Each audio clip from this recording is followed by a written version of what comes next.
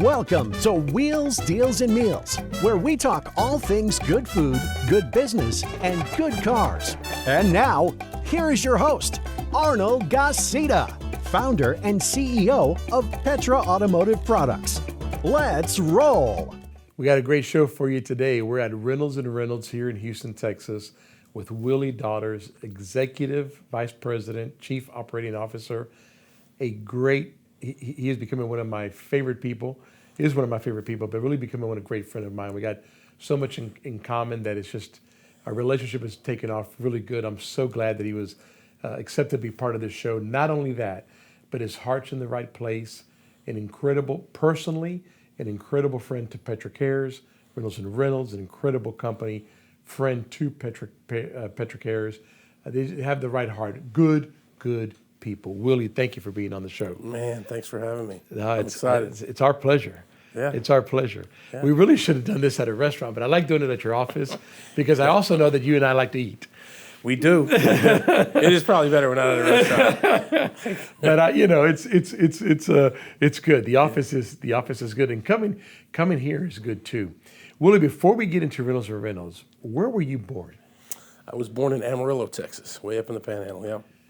I don't think I have ever interviewed or know of anybody that was born in Amarillo, Texas. Is that right? Yeah. There's a bunch of us. I know, I'm sure. Yeah, Every day, all day long. Every day, that's right. But I mean, it's just, you know. I mean, my parents my mom was from up there, and my dad, when they got married, they stayed up there. But my dad and my parents were teachers and a coach. My dad was a coach. So For high school? It was high school, yep. Yeah. And so you're born in Amarillo. Yep. When did you leave? I left Amarillo. Well, as a coach, we were in a bunch of different towns. We moved around as I grew up, and then I finished school in Canyon, just south Amarillo. Probably never been there either, but a great town. Paldor Canyon's there, second largest canyon in the U.S. It's beautiful. You hadn't been, you should go. Really? Unbelievable. And so I love it up there. But after I graduated from college, this would have been 91, it was, economy was a little rough. I remember I had friends kind of in Dallas and San Antonio and Austin. Where'd you go to college? West Texas State, right there in Canyon, Texas. It was West Texas State University, and over time we've merged with Texas A&M, and now we're West Texas A&M University. Okay. So yeah, part of the A&M system. So it's but we went to school up there, and then I remember kind of hunting a job. The economy wasn't great at the time, and so I had friends in Houston, and they back when there was no internet. Wait, don't go so far yet. Yeah. Don't go so far yet. Yeah. So you're in high school. Yeah. You're in high school in the Amarillo area. Yeah. Your mom and dad are teachers, coach. Yeah. Right? You graduate from Canyon High School. Canyon High. Yeah. Stay in that town Mm-hmm. go to college. Do all your 4-year college career there. Okay, what did you study? I studied a lot of stuff. It was more than 4 years. Some of us, we enjoyed enough that we get to stay longer. But I started. I What did finished you with a end up degree with? in Maybe I should- public what did you end administration. up- Public administration. Okay, I did an internship in the city of Canyon and was going to be kind of a city manager. Was your type dad person. and mom saying, okay, it's time to pick one? No, I think that I paid my own way through school. Okay. So that it was kind of make it work, and so Canyon was logical. It was right there. It was easy, and but I did business for a while and economics and. So when you say paid your own way to school, how old were you when you got your first job? Oh my gosh! I mean, I started working when I was really young. Probably we were living in Amarillo at the time. I would have been in 7th grade. And So 12 or 13 or so? I remember I needed some money, and I wanted some money, and my dad said, well, you got to work to get money. You know how that works? I said, yes, sir, I do. So I remember walking down the street just up the road from the house and stopping in everywhere. What do you need? I can do anything. I remember telling him, I can do anything. You tell me what you need, I need some money. And it was 6 or 8 places before I hit this hydraulic shop. It was a big garage. They had cars and but they were working on hydraulic jacks and everything. It was grease everywhere. It was a mess. And I walked in there and I said, hey, I need a job. I can do anything. And literally the owner was there and he was working on a car. He says, can you clean this mess up? I said, in a few minutes. He said, show me. And so literally I got a broom and a shovel and I started cleaning up. They sprinkle all that stuff around to soak it up, you know. And like the cat litter stuff? Yeah, the cat litter stuff. And so I'm sweep. I was there for a couple hours, and one corner of that place he was like, that was amazing. He said, you're hired. And so I would go every day, spend 3, 4, 5 hours there, clean, and just move things around. I mean, he had a bunch of equipment. It was heavy, and I was young and strong and had a good back, and I would move around hydraulic jacks and equipment and straighten it all and sorting it all up. And it was, And you know why I asked that question? Because I know the people that are successful like you did that.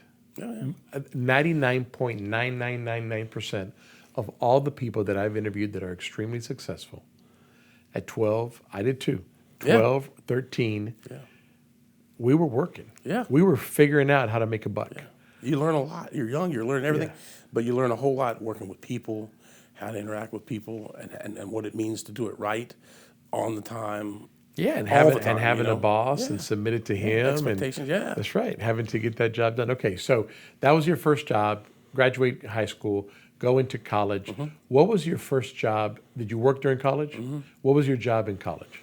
I had several. I worked at a gas station, and in the evening late, pumping gas and whatnot. I worked at the university in the student unions and the student rec center, the activity center. I had a job at one point when money was tight at one point, and I needed some money before the next semester started. So I worked at with the guy who cleaned the buildings at night. So after I finished the gas station, I could go. I cleaned the library and the city hall and the police station in Canyon. So I'd go in at night, and I'd clean the toilets and pick up the trash. Like and a do all the janitor. stuff. That was it, after hours. I love it. I And love the police it. were always there, but the other places it was closed, and you'd go in there. But it worked, and I mean, that was over a Christmas holiday.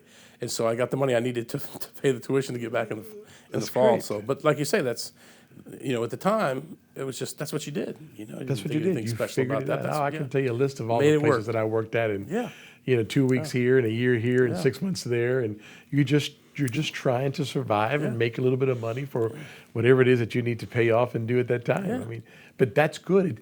Do you think today, if a kid gets to 18 years old and hasn't had a job, is that a problem? Is that a problem? I think it's harder. I think, in my opinion, the younger you are when those things start, or you're faced with obstacles and you have to deal with challenges, right? The younger you are, those challenges at that time tend to be little. They tend to be smaller. They can be recovered from. But when you're forced to deal with them, you learn you can, and you learn how to, and you learn sometimes they don't work, and you got to deal with the consequences of that. But I think before 18, they're easier. And I don't mean easy, they're easier to deal with. If you don't have to do any of that by the time you get to 18, get out of high school, when you go off on your own, whether that's college or trade school or whatever you do, those challenges are now things you haven't dealt with, and the consequences are much greater. When I'm young, maybe I don't get that thing I wanted, or maybe I don't get to do what I think I wanted to do. When you get 18, 19, 20 years old and you have responsibilities, maybe you can't pay for your car, maybe you got a family, and it starts to impact more than just you. When you're 13, 14 years old, the pain is you. I didn't get to do that. Man, I didn't get to buy that. When you get 18, 19, 20 or later. Yeah, and nothing happens if you didn't buy whatever. But at right. 18, you may need to buy something that now you can't. Yeah. Yeah, I asked that question because I do think there's a lot of things that I think that the young crowd is missing, right? Getting on a bike, going out and playing, jumping off a roof. I mean, I know that sounds crazy, but I say that because that's what I did. I know. Right? Climb a tree, all the things that I shouldn't say, right? Throw an egg at a car, right? Things that you learn, right? When your neighbor catches you doing something. But you were out kind of on the street learning, you were out working, you were out hustling something, and it kind of helped you develop to take care of what you got, give it a value, right? It didn't come free. It cost you something. Appreciate it. That's correct. And you appreciate it more. I think that's kind of missing in today, I think that's kind of missing today. I like what you said. It's not that it's necessarily a problem. It's that it's harder, right? Because you didn't get that education. You didn't get that street education, right? Ronald Reagan used to talk about how, his best education was the streets, right? What he learned in life was the best education, which I think is still true. Yeah. Still true today. People will still learn those things. It's Yeah. just harder, and there are implications to not learning them earlier. To The more than just consequences them. The bigger. consequences are tougher. Yeah. I think you're right. I think that's. I think you said it very, very well. Okay, so you graduate college. Now you got to get a real job. What do you do? Man, I started hunting. I had thought I had some things lined up in a city management kind of role, but like I said, the times were tight. So anybody who had done that was falling back into that realm because it was secure and it was stable. It was kind of a government job or thought of that way. So the options were not there. So I spent the first 6 months hunting and substitute teaching, because my parents were teachers, so they knew all the right people. So I could call the lady who scheduled substitutes, and at the end of the day, she knew me, and I'd say, look, I'm going to go for 2 weeks and interview for jobs, because you had the newspaper. Right, You had to make phone calls, establish interviews. Circle the newspaper. Yeah, build your calendar, and you knew, okay, I'm going to be in Dallas for 2 weeks, sleeping on the couch in my friend's apartment, right? So for 2 weeks, I need to make the money to do it. So I would substitute teach for 2 weeks. I taught, and then I would leave, drive down there. I had an old car. We'd drive down there, I'd make it there, and I knew how much gas it took me to get home, so I would stash that in my wallet. And when I got down to right at time to go home. Yeah. And so you would hunt and interview and hunt and interview and then go home. But my first job was really substitute teaching for 2 and 3 weeks at a shot until I found another job. What was your first car? My first car was a 1976 Cutlass Supreme. Long front? Yeah. It's two-door. Yeah, not two-door. The 4-door, the two-door, yeah. Yeah, because I had a 1983 Cutlass Supreme. Yeah. Blue. Oh. With like that half vinyl roof. Yeah.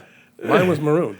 Okay. And I thought it was the greatest thing ever, because it was mine. I'd paid for it and all. And those are the things you learn too. Oh man, there's insurance and taxes and oof. I just thought I had to have a car and put gas in it. Yeah. But anyway, I got the car and we called it the Clay Pigeon. Had a name, and it was because when I was younger, we would go quail hunting up there in the pale. So okay, right. I like to go quail hunting. I remember one time we wanted to go, and his truck wouldn't start. Like, well, it wasn't the Clay Pigeon time. We'll take the car. Yeah. So we drive out there, and it's rocks. We bounce all the way through the rocks to get where you're going. Park it. We get out. We're hunting, and I said, "Remember, my car's right there." Yeah. And so literally following cubby quail, and we'd shoot and we'd chase them out. Pretty soon we're coming back every time. I was like, "Hey man, my car's right over there." Yeah.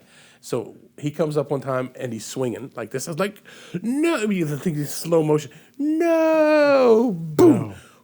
And I hear it in the back, ching, and I go over there, and so I had about 14 shot holes in the back left quarter panel. And I had that car so we called it the Clay Pigeon because it got shot. That's great. That was great. All right, so you got your substituting, teacher. Then what? So you substitute. Then what's the next job? Next job was working here at UCS. At the time, it was UCS. What was your position when you got here at UCS? I was telephone support. I mean, I had never bought a car, and I never really played much with computers. So how long ago was that when you started at UCS? 1992. 92. Yeah. 1992, you get a job here in Houston. Yep. And you're answering phone calls. I learned generally the back end of a dealership, fixed ops. And so I learned the dealership operations. I learned our software and basically frontline telephone calls. I got people calling saying this is not working the way it should, and I learned how to take the calls and deal with the telephone support. Yeah. How long did you do that for? Oh, goodness. I mean, I've been in support all along, but I mean, I did that frontline telephone support for probably a year and a half, and then a couple projects came on. I got an opportunity to be a supervisor and manage a team of folks that did that, and did that for a while, and then I got an opportunity to lead a couple, 3 teams as a manager of those, and my career's gone since then. But still, that's what I want. Don't shortchange it. Okay. You got a great career. So you, phones, supervisor of a phone team. Yep. Then the supervisor of a bigger phone team. Well, I managed 2 or 3 support teams. Okay. So I managed 2 or 3 teams of folks who did the same stuff. In the phone area. That's correct. And you did that for how long? Probably 4 or 5 years. So from the moment you came in to UCS and got a job answering the phones to the management of a few teams is like 6, 7 years? 4 or 5. 4 or 5 years? Mm-hmm. Okay, then what's next? I got pulled out. We worked on a big project with a computerized parts system. It was the old days. Remember, they had the books on the counters. Yeah. So we had a product called CPD, computerized parts publication display, and it was when they first started having networked. It was old school coax cable daisy chain stuff. Right. So it was pull up the year, pull up the car, pull up the make, model, the series, and it would tell you the parts you needed.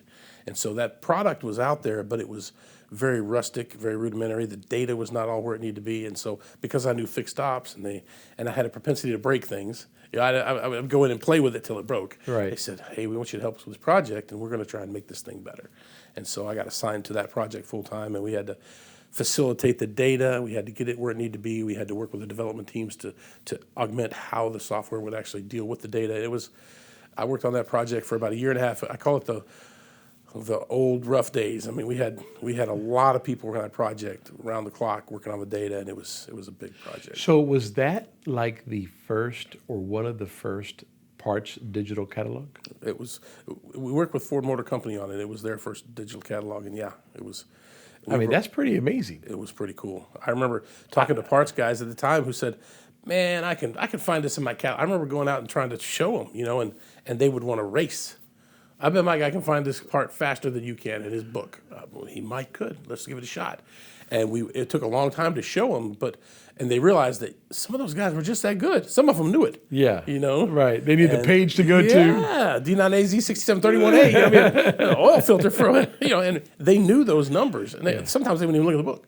And but they were history. But what we found was if you could convince them that yes, those guys are really good, but the guys they're teaching are trying to get that good.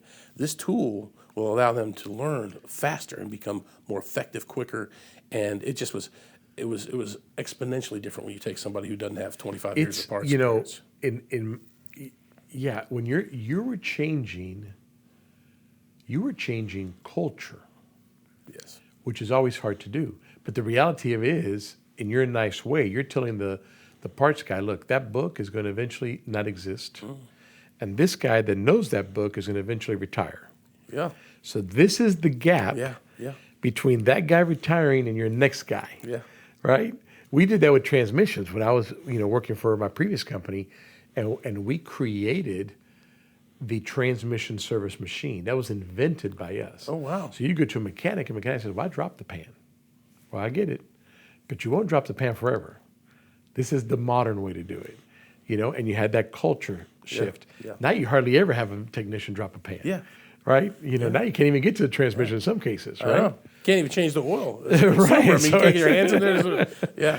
I had one time the other day, I forgot what car it was, but he has to stick his hand back here, and then that's how you kind of feel where the oil is. I thought, wow, who's doing this? But anyway, okay, so now you're working on this project. Yep. You helped Ford Yep. create the first digital parts, catalog. Well, they had created it. We just evolved it. It was already in place and Helped. Yeah. Helped. Then what's next? And then, we as an organization, we acquired a company in the UK, Kalamazoo, and they were an automotive DCS kind of provider as well, a computer system provider in the UK, and they had presence in several European companies or countries, excuse me, and they came to my office, and it's kind of they were one of these. Hey, you know what that is, Willie? I'm like, no, what is that? It's called opportunity knocking. Oh, wow, and what does that mean? Well, we'd like you to help us out in this thing and move over to the UK. And we're like, really? Move to the UK? Yeah. So I went. Now home. you're married at this time. Yeah, I'm married, have one son, and so I go home and talk to the missus. What do you think? And at the time, she had a job. She was working in the purchasing department as a supervisor of the purchasing department at a place not far from here. But at the time, it was this will be an adventure. It was lucky because she's very much like that. You know what? Let's give it a run. Let's see. And the boy was 3 or 4. He was young. Yeah, he had no vote. No, he didn't get to vote. He would go where we went. And so we moved over there when he was about 4, and we literally moved into a community there. Do we want to move into an expat area? No, man. Let's get the full immersion experience. And so we moved. Yeah, if you're going to do it, do it. We took it full on, and we moved into a little village called Blackwell, and made some great friends. And my youngest went to school there. Will went to school there, and grew up. How long were you there? 3 years. 3 years. Our initial run was for 2, and we were about 6 months in, and we realized in 6 months we aren't going to be where we need to be in 2 years. Yeah. And because we had offices in France and Spain and Germany and the Netherlands. I spoke none of those languages, and I speak a little bit of Spanish. And my wife. Were you taking the train around? Once you get to Europe, yeah. Yeah. But you fly from England. We live in England, but yeah, you could take the train. Occasionally, I take my car. But the car you could take a ferry over there, but the car had the steering wheel on the wrong side of the car, and you drove on the wrong side of the road in England. So when you got to those other places, it was really bad. How long did it take you to get used to that? It was hard. I mean, initially when you get there, for the first week or two, it was really tough. You had to really focus. But as you go for a while, it's like taking driver's ed the first Second time. nature. Yeah. I mean, I remember it was worse coming back you come back at Christmas, and I still had F-150 here, and we'd just load up and come to the airport and go see the in-laws and outlaws. And when we got in the truck, I remember there was one time I literally drove on the left side of the road until there was a car coming, and I realized, oh my God, I'm on the wrong side, and so it took. It's like one of those things where you say, like, you wake up, you get in your car, you get to the office, and you don't even remember the ride. Yeah, It's like, exactly how did I get here? So That's- you probably got up, Yep. got in the car, and then until a car started honking at you, you were like, hey, It was early in the morning. I'm in America. Yeah, exactly. All right, so you come back. Yep. Then what do you come back to? What's your... I came back, and I still had general support and operational responsibilities for our operations in the UK and our European offices, and I was back, and I took responsibility for telephone support and quality assurance and things here as well, which I'd had before. Mm-hmm. And so it just kind of grew a little bit. But we were only here for about a year, and then we merged with Reynolds and Reynolds, and so we were about a year. And I remember we had just got back, and we had another son, pretty much right when we got back, and so maybe a little over a year, I had to go talk to my mother-in-law and say, hey, look, we're going to move. I hope you enjoed the year. That's right. with the merger, I got another one of those, and I think generally it was because we moved to the UK, and it was very little overhead. I mean, we worked through it. There was challenges and all that, but we considered it part of the adventure. That was just how it was going to be. This is all part of the adventure. So it wasn't a lot of overhead for anybody. It was pretty easy.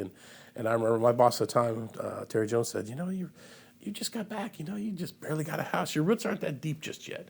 How'd you like to move to Kettering, Ohio? So you can move them, the roots only this deep. Yeah. You can pull them out. That's right. How would you like to move to Kettering, Ohio? I remember telling him, I was like, yes. I mean, right here on my bucket list, Kettering, Ohio.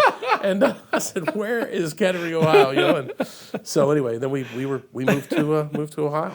What did you tell your wife? I remember going home to her and saying, well, we've had this merger here, and there's opportunity to move to Ohio if we'd like. And she said, it's like, if we like? And I said, yeah, if we want. And she said, well, what do you think? I said, the last adventure was pretty fun. We learned a lot, met some cool people. And I said, what do you think? And she said, all right, let's go. And so the oldest was... Let's go to the cold. Yeah, the oldest was probably 10. Although England is cold, yeah. It was cold. Yeah. It was 10, and it was a different kind of cold. Yeah. And the oldest was 10, and the youngest is now 1.5, 2. So he was young. So we upped and moved we lived in Centerville, Ohio. But that says a lot of the trust that they had in you, because you were the guy they trusted when they acquired the company in England. You were also the guy they trusted when they merged with Reynolds and Reynolds. Yeah. So that says a lot about the people that you reported to and the trust they had in you. Yeah. Because not everybody gets that. No. Yeah. So it was a big move, and we enjoyed it. Ohio was great. We had made wonderful. So how long were you in Ohio? 13 years. It was a long run. Yeah, we had so the youngest went all the way up through. I guess when we moved back here. He was 23. No, the oldest was 23. The oldest was, yeah. The oldest never came back. Okay. He went to Ohio University and got his degree, and now he lives in Pittsburgh. He loves Pittsburgh. The weather's great, and it's way cooler than here, and he likes it. And I don't know that I blame him most of the time. Today it's pretty cold. But, today he's a little cold. Yeah.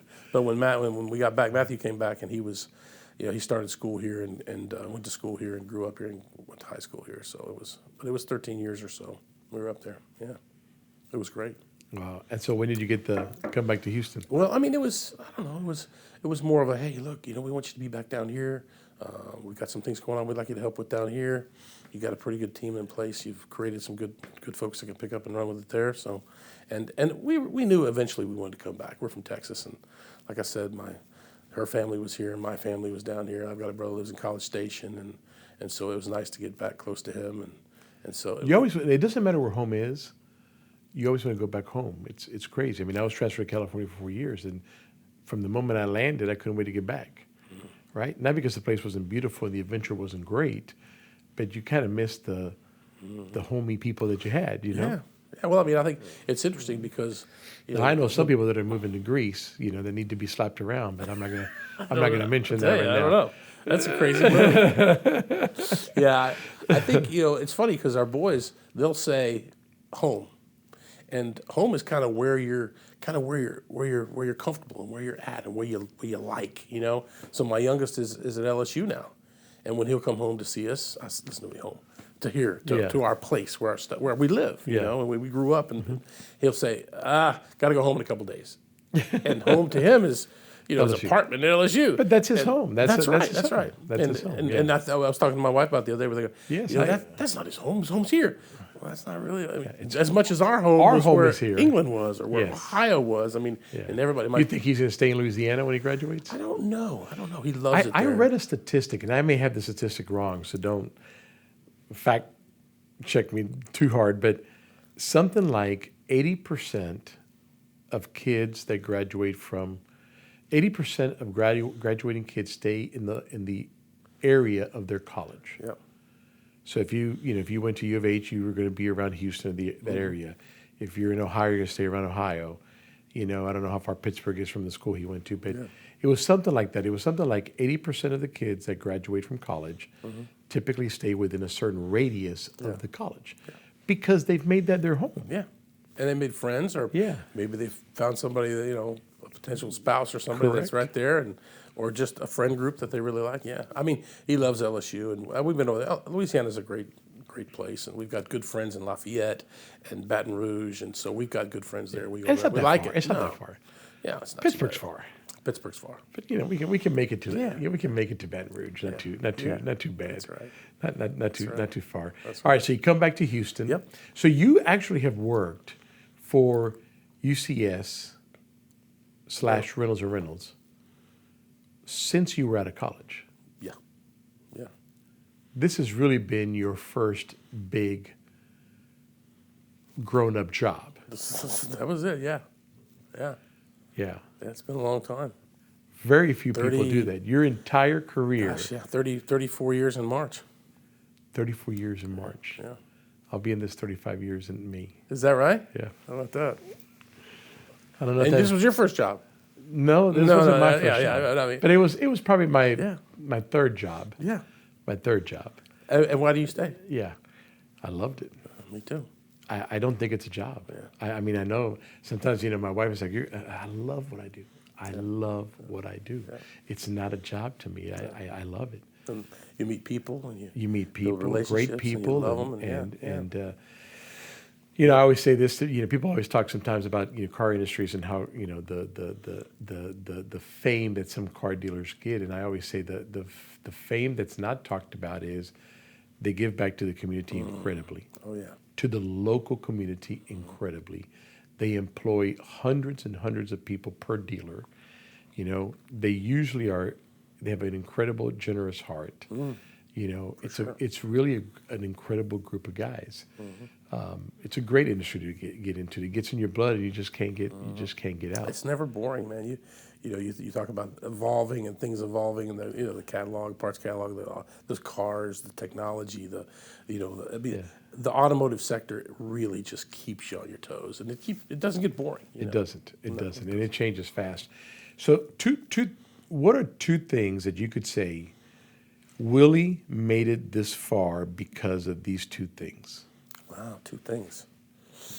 I guess probably one. I mean, I think my dad used to say stuff to me, and you dads say everything, right? But my dad used to tell me something that sticks with me all the time is that, he would say, there's only two things in life you can control. It didn't matter if I was whining about something when I was 6 or I was asking him a question about something. There's two things in life you can control. You'd stop. I know. No, you should listen, though. You can control your attitude and your activity. That's it. Everything's going to happen. It's going to happen to you, with you, for you, whatever. But all you can decide is, how am I going to react to it? What's my attitude going to be about that? And what I do next. And so I kind of try to keep that mindset. I can control my attitude and my activity about whatever goes on. Now, sometimes it's hard because I'm a passionate person and reactions happen, but I try really hard to keep that in mind. So that was it. The second thing, I guess, is, there are people for sure. I mean, there are people for sure out there, and I've known this growing up. They're smarter than me. There's people that are prettier than me. There's people that have a whole lot more, a lot of things going. But I'm not going to get beat. I'm not going to get outworked. If my deficiency's here and I need to know this better, whatever it takes, I'm going to learn that. I can look at the people around me and say, man, this person's really good at that, and I need to understand it. Go spend time learning it, and kind of the whole time I would tell myself, I'm not going to not succeed at something because I wasn't willing to put the effort in to get better at what I need. Nobody's to going to get out-hustle you. That's right. And I mean, that was Troy Duhan told me that one time we were having, actually I think it was when we were taping his show in New Orleans. Yeah.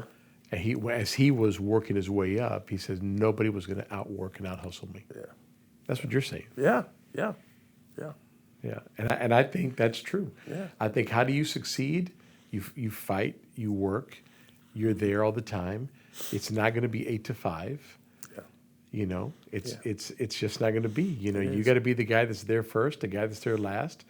And unfortunately, if you don't have that passion in you, then you'll have a job and you'll have a career. You just won't be a Willie. Yeah. There are plenty of people that don't necessarily have that same passion, and they're happy with what they're doing and where they're at, and that's great. Yeah. That's great. I mean, but for me, growing and driving and pushing myself, I'm too competitive. I know that. I mean, but the reality is that passion is what I think has helped me to continue to push to be better and to be successful at what we do. So, talking to kids that are growing in the industry today, you want to be the next Willie. You want to succeed in whatever it is your passion and what you do is. Your advice is attitude. What was the second? It was attitude and You control your attitude and your activity. Attitude and activity, and then work hard. ethics. Work hard. Out hustle everybody else. That is probably the best advice we've gotten on this show. Really? That is really, because I'm 100% in. Yeah. That is the best advice we've gotten. Well, I mean, and I try to speak to our new associates when they come in and kind of share those messages with them, because I think it's absolutely important. I mean, I tell people all the time, whether they work here or just people I meet, I think attitude is so important. It's missed. It seems easy. Have a positive attitude, but it is important, because to be successful in life and happy, you're going to need people. I mean, we're social creatures by nature, but you're going to need people to help you with things and teach you things, and you're going to teach them things. And if you can't have a positive attitude and have people that want to be around you, that people are happy to be, nobody's going to want to deal with you. It's going to be very hard to be happy in life. And a person like you, because I know you love and you have this compassion to also teach and share and pass on. But if the person doesn't receive it, after a while, the person teaching goes to somebody else. That's right. That wants to receive it, right? Right. I think you don't give up easily. I don't give up easily, but we're going to try all we can. But that person at the end of the day just doesn't want to receive it. Then you got to go on to the next guy. That's right. So that advice is very important. Yeah. Receive it. Yeah. Accept it. Yeah. It's not a bad. We all had mentors. Oh yeah. Great mentors throughout our career. Let somebody mentor you. Yeah. Yeah. Right. Learn from his mistakes, and his errors, and I think that's great advice. Great advice. All right, Willie Daughters Museum. Okay, which should be in Houston, not Ohio. What is the car that needs to be in the Willie Daughters Museum? What is the car? What is the car? The dream car. Oh, the dream car. The car. I started to say I was going to say the clay pigeon if I could find it. Because I grew up in that car. Man. And it was. Well, that would be in the museum too, right? Oh, it would be amazing with the bullet holes. Oh, it's still got a few. Yeah, it would be great. I like Porsches. Porsche's got a really nice design, and it's a beautiful car. But she had a 914. Have you ever seen a 914? Very low ground, low center of gravity, had the old Targa tops on them. And, who was this? My grandmother had one. Your grandmother had 70. It was a 72. You had a cool grandmother. She was really cool. She lived in a little small town called Panhandle, which is just outside of Amarillo. And she would drive it, but there's dirt roads and stuff. She would drive on the dirt roads in her little Porsche. And it was fantastic. I love riding in it. But since then, I've 911 is a beautiful car, but I mean, and they're making beautiful cars right now, But I would probably say an old Porsche like that, a classic Porsche like that. I like it. Yeah, I like it. All right, great. Of all the places you've traveled, what's your favorite? If you haven't been, I think everybody should to Normandy. I mean, I live in the UK. I had a chance to go there a couple times, and I mean, it's just surreal. It's just, I get goosebumps sitting here thinking about it. I mean, the stuff that happened there, and it's amazing. It is a beautiful coastside, and there's so much history there. And when you go there and you actually listen and watch and learn. It's just amazing. My wife and I have been there a couple times, and it is just unbelievable. So it's, anybody that hadn't had a chance to go and really see it, I would say it's way at the top of the list. And I would go, the June was D-Day, and every year they celebrate it. They had presidents jumping out of airplanes and still, right? Bush Sr. did all that. But you go about 2 weeks after, and it is manicured and it's perfect. And it is amazing. And it's I've heard that from people that have gone there too. One place that I haven't gone to that I need to go to, and I've been so close, and I just haven't been able to get over there. But that's a good one. Yeah. What's in your bucket list? A place that you haven't gone to on your bucket list that you'd like to go to? What a good. I think my son and I were talking about this a while back. I think Japan sounds pretty cool. I think he'd like to go to Japan. Yeah. And I thought, that's interesting. I've never been to Japan or China or any kind of over in that part of the world, but I think Japan would be a neat place to go. Tokyo's phenomenal. Is it? We have an office there. Do you really? Let me know when you're going to go. Oh, all right. I will. I think Japan would be a heck of a trip. Tokyo is phenomenal. Yeah. A great city. Awesome. Yeah. What's your favorite food? Oh man, I'm kind of a steak guy. If I'm going to have my meal, I would like to have a steak. Yeah. Steak and potatoes. Yeah. I'm trying to be good on the potatoes. But steak. I like asparagus. Probably some asparagus and a salad. I had steak and plantains last night. Did you? Yeah. Plantains? That's it. Steak and plantains. Yeah, it was great. I tell you, you get a good steak. It's just hard to beat that for anything else. I love Mexican food as well, but good steak is probably my thing. Yeah, Tex-Mex is my favorite, but steak is definitely probably second, if not tied to my. Because you can do the fajita things, but I know you like the fajitas at Lupe Tortilla. Yeah. Amazing. I love that carne asada. Yeah, that seasoning they put on it. I don't know how I've tried to replicate it myself with the lime. It's got a good strong citrusy. Oh, it's nice. I know. It's good. Great. It's great. Hey, why is Petra Cares so important to you? Petra Cares has really found it's a niche where you can really move the bar. Many times you get involved, and my wife and I are involved in a lot of philanthropic stuff, and all of it's good stuff. But when I first heard about Petra Cares and just started looking at what they did and how they did what they did, it just to me seemed like this is very tangible. This is real-time tangible, too. A lot of times you get involved in things and you participate for a long time or you contribute for a long time and you're like, is it working? Are we moving the bar? Are things getting better? It's hard to measure. It ain't hard to measure this. You can look in the eyes of kids that come in when they start and just see. You look at them and you can just almost see in the back of their eyes the struggles and the tough and the hard. And when you know and understand what their background is and what the life of somebody in that world, and they're lost. Oh, when in that foster care world, a lot of times these guys are they're in it and they're just it's almost like bumper pool. They're just moving and flowing with it. Talk about adapting and adjusting. Talk about dealing with what's going on. And so you look at this and then you put them in the program and they're around people who want to help them. In life they've probably dealt with a lot of people. How can I get from? How can I take advantage? How can I get out of the way? Yeah. This is the opposite. Yeah. This is come with us, and then how can I help you get to where you can be a better you? And when I first got involved and looked at it, I was like, this is pretty good stuff. I'll never forget. I was driving home. We had gone to the first gala. What an event, by the way. There's another one coming, I know, and it's fantastic. Yeah. I'm looking forward to it. But with the first one, I drove home, and we're driving back out to the house, and my wife's there, and I'm just talking to her about stuff. Mm-hmm. And I don't shut up. I just keep going and telling her. So we're almost to the house, and she says, you know what? You should spend a little more time doing this. You should get involved in this. Because you're passionate about this. You're talking and talking about this like you haven't talked about a lot of other stuff in a long time. And so that's kind of what I knew. She's right, but you get to see the results. I think weeks. I think you hit it right on the head. I think there's a lot of great organizations that you give money to for a cause that something's going to happen in the future, and needed and good. The thing with this is these are kids that today are in trouble. Today they don't know where they're going to live, what they're going to do, or if they're going to have food. And thanks to God and people like you, we take these kids and love them, teach them, help them, give to them versus them being used as pawns. And in a very short period, 7 weeks, you see the change from day one to the end of 7 weeks, and you can add another month to that and go see them work somewhere. Yeah. Oh, yeah. I mean, you literally within 2 to 3 months see somebody that is lost, have a career, happy. I saw one the other day, and he had bought a big old watch. And I know that's insignificant for many people. It was significant for him, right? Yeah. Within 90 days, he had a job. He was lost and didn't know where he was going to sleep.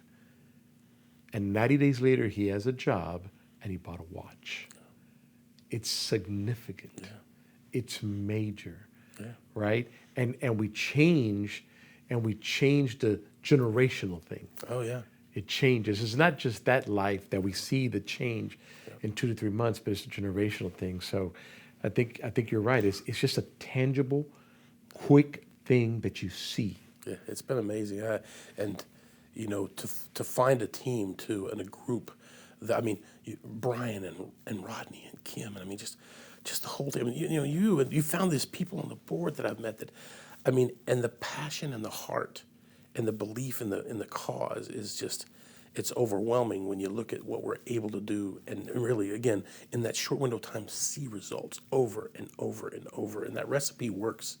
I mean, it's been a couple, 3 years in now, right? We're going at 2 years? Yeah, we're 2.5 years basically in. Yeah, I mean, it's 141 kids plus in 2.5 years. It is, I mean, tangible, real world.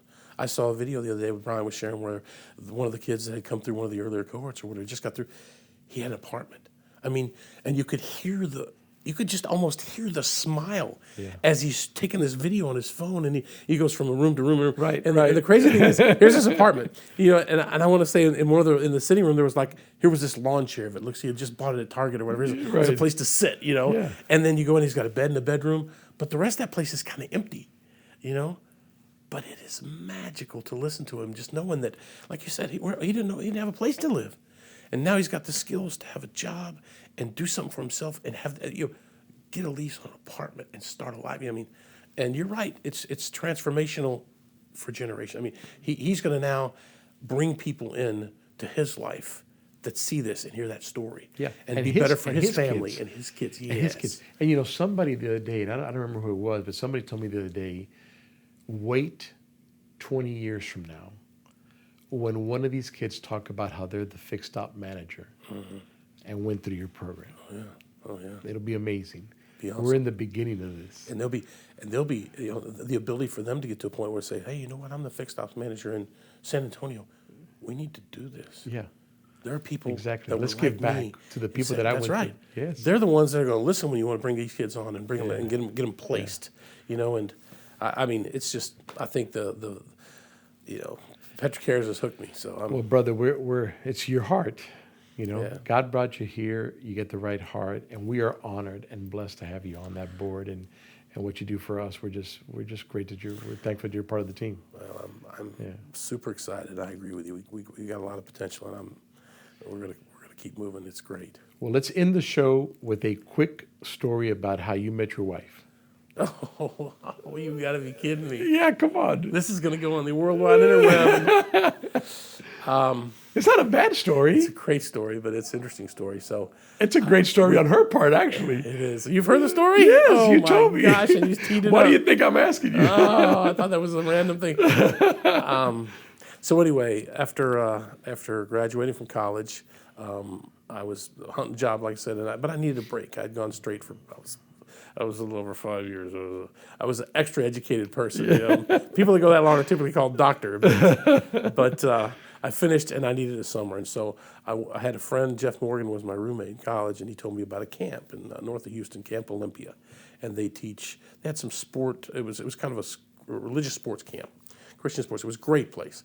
So I thought, you know what, I'll go up there and spend the summer. So I went and spent the whole summer, and she was there. And so that's where we met. But the first meeting, I had driven down. This is a great story. Driven down from Amarillo in the clay Pigeon, and it breaks down and just outside of Crockett. Now I'm from Amarillo, and it's hot, but it's like an oven hot, like climb in the oven, bake you hot. When I got down here, it was the humid hot. And I had never been this far south, and so I come down, I drive to get to Crockett, the car breaks down. Blew a timing chain. It was old school. They had a chain. Yeah. And so it ain't running.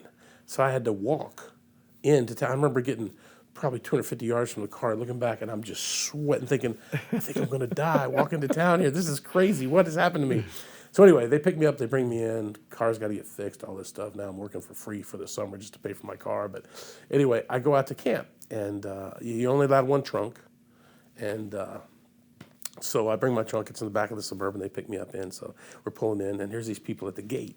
There's a girl and 2 guys, and their job is to get you registered in, as far as I knew. So I'm sitting in the car, and my friend Steve Mercer in the car. He says, just answer that question. I got a few questions for registration. Okay.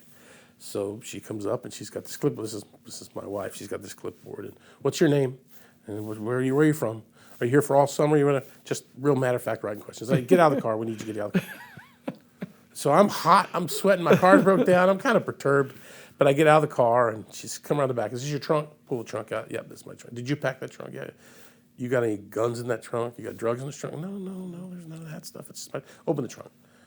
So I open the trunk, and she's got her pen, and she's moving stuff around in the trunk, trying to move it around. And she pulls out my underwear. Are these your underwear? And I think, yes, those are my underwear. Put it back in the trunk. I said, is there something you need to say? We're almost done here. I got to get your fingerprints, and we'll be done. Fingerprints? So literally, she lays the pad down, and she pulls out this pad, like a stamp pad, and there's just a bunch of scribbling on it. She hadn't written anything else. What are you doing? I was really perturbed with her. I was like, what are you doing here? She goes, he's fine. Get him out of here. And so I just stuffed my things back in my trunk. I put it back in the car. I get back in the door. I said, Steve, what was that? He goes, they just need some information. I said, what? So the whole way down, I'm trying, what is it? Anyway. She wasn't my favorite person at the time, but anyway. The moral of the story was that it was all made up. It was. Wasn't. The camp wasn't asking for anything. The second she week was just giving you a hard time. The first week was training, and I found out. So at the end of the first week, you have all these people you've never met. Now you're living at a camp with a bunch of kids for the summer. Yeah. And so they put you in. We went to the O-Dome, and they had this video. So they pull up. They said, "We're going to have this video and show it." And they videotaped the whole thing. Not just me. There was somebody in the bushes taking the whole thing. So now here's this video, and she's like, where's are these your underwear? And it was just, and I remember thinking, you gotta be kidding me, man. So that's great. But that was the first time we met, and we got to hang out in summer. She loves football. She knows football. We learned to play golf together, and she's amazing. She's amazing. I'm the luckiest guy in the world. Yeah, so. We don't want to challenge her in any kind of football questions, for sure. She knows her stuff. Brother, thanks for being on the show. It was great. You're welcome. It was awesome, man. I've had a great time. Yeah, thanks for having me. Thank you for being here. Yeah. Thank you for listening to Wheels, Deals, and Meals, your main source for all things good and fun, business, food, and cars. If you like this episode, make sure to rate us and subscribe. If you would like to be a guest on our show, please leave a message at the link below. Till next time, happy eating.